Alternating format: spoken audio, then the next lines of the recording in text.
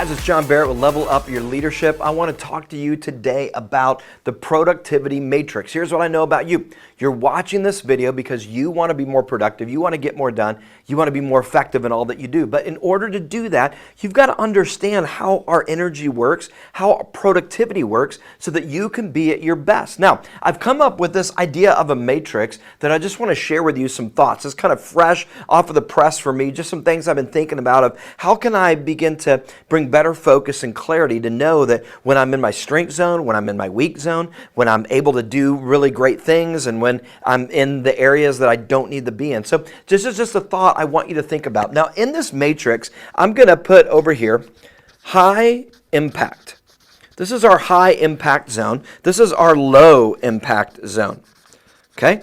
The high impact is where we make a big difference. We're able to do a lot. We're able to get things done. Low impact is it's not really making a difference. It's not really moving things forward and getting things where they need to be. Now, if we think about this over here, I'm going to put high energy and over here, low energy.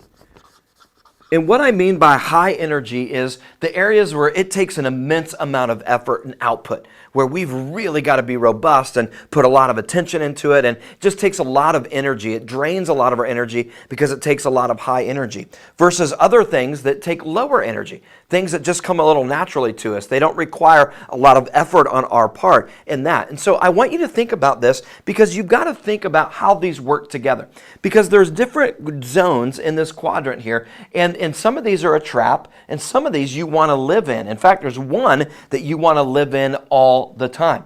And so let's think about this and kind of how this works. Now, I'll start over here and think about low energy, low impact, right? If we're doing things that, yeah, they don't require a whole lot of energy from us, but they're a low impact. They don't really do anything. They don't really have anything that really helps us. This is what I would call the dead zone. This is where it's low energy, doesn't take a lot of effort, but very low impact. This is the dead zone where things just die. This is the zone that we don't want to be in. We don't want to do things that don't take a lot of energy, and they certainly don't have an impact, and they don't really do anything. This is a trap right here, by the way, which we'll talk about in a little bit. This is the dead zone over here. Now, over here, where we've got high energy, so it takes a lot of effort on our part, a lot of focus, but it's very low impact. We're not really making the difference. We're putting so much effort into it with little return on the back end. This is what I would call the frustration zone. This is frustrating because when we're in this zone, this is where it's like, gosh, I'm putting so much energy into it, but there's no return on it. And over time, you're going to get frustrated. You're going to be like, man, this isn't working. I don't understand what's going on. Why aren't we doing it? It's going to feel like hitting your head against a brick wall. And if not careful, the more time you spend in the frustration zone, where you're spending a lot of energy doing it, but very low return, then all of a sudden now you're going to begin to go over to the dead zone. The frustration zone leads to the dead zone, where you're just going to say, well, you know what? I'm not going to do much anymore. I'm not going to put a lot of effort into it because it's such low impact. And then all of a sudden it goes to the dead zone where things die, where things are not productive. This is where you begin to lose all purpose. You begin to lose all motivation. You're just done, and you're ready to jump ship and get out. So both of these two bottom zones, they're no good.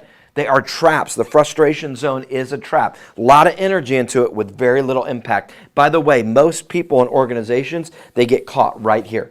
They get caught where they're putting all kinds of energy into it, but it's very low impact. They're overcooking everything, and it's not giving them the return at all.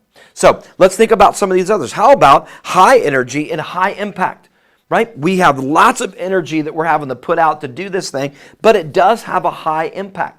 There is a high return on that. Now, that seems like a really good thing, right? We would say, well, yeah, high energy, we're putting a lot of effort into it, and we're getting a big return on that. The problem is this right here. Over time, this can become the burnout zone. Now, at first, this is a really exciting zone, by the way. You don't even see burnout. You just see the burn zone, where you're like, you feel like you're getting things done. It's exciting. Right? It's taken a lot of energy and time and effort, but you're getting a big return on this, right? Startups kind of get trapped in this a little bit too, because they're excited. They're like, wow, we're growing, we're making a difference. The problem is, over time, if you try to stay there and live there, it becomes the burnout zone over time. because it's not sustainable. It's taking so much energy and so much effort for you to do this that it's just not sustainable. And the bigger the impact and the more return you get, the more energy it takes to keep that thing going and keep it alive. Now, this is the one that most people think this is the zone you want to live in. High energy, high impact. It's not, because here is the one that you want to live in, right here. This is the zone that you want to live in. Ready? Low energy. Doesn't require a lot of effort at all because it's in your strength zone. It's just something that comes naturally. It's something you're really good at. But there is a high impact. This is what I call the productive zone. This is where you should be living most of your time right there. I'm not saying that you don't give a lot of energy towards high impact things, but you want to live the majority of your time right here where, listen, it's low energy. It doesn't require a lot of effort because you are just in your strength zone, but there is a high return. Listen, highly successful people, they get fanatical about what can be the least amount of effort but give me the highest return. Here's why. That's not a lazy statement.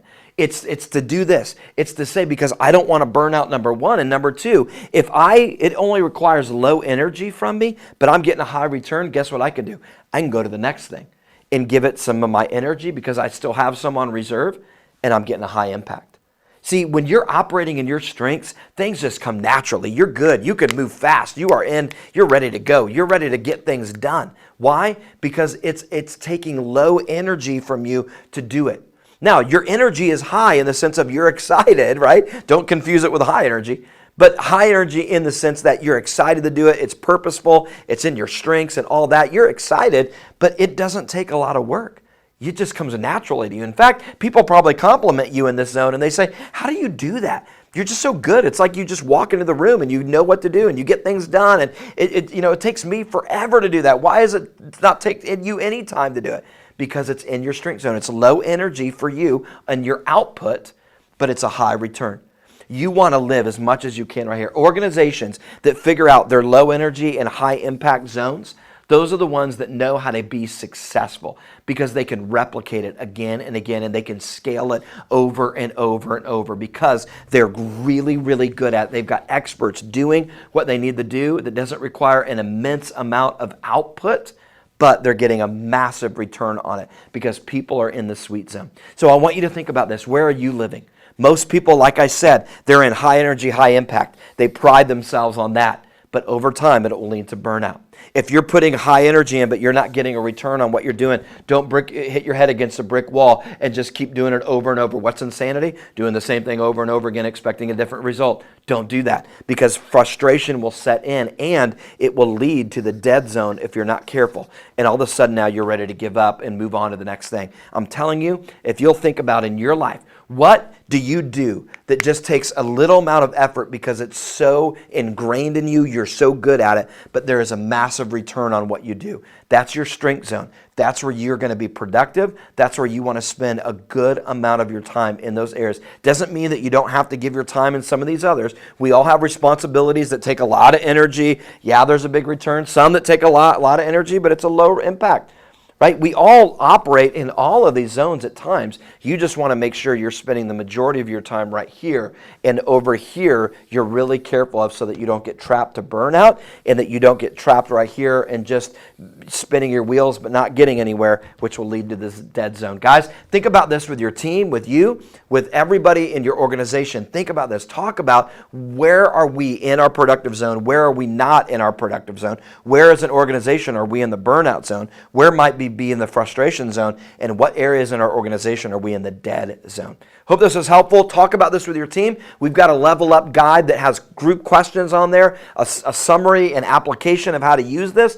Go get it at johnbarrettleadership.com. You can go find this video there on the website, and you can get that level up guide for you and your team so that you can watch us together and grow, and so that you can begin to figure out how do we get into the productive zone. Guys, thanks so much.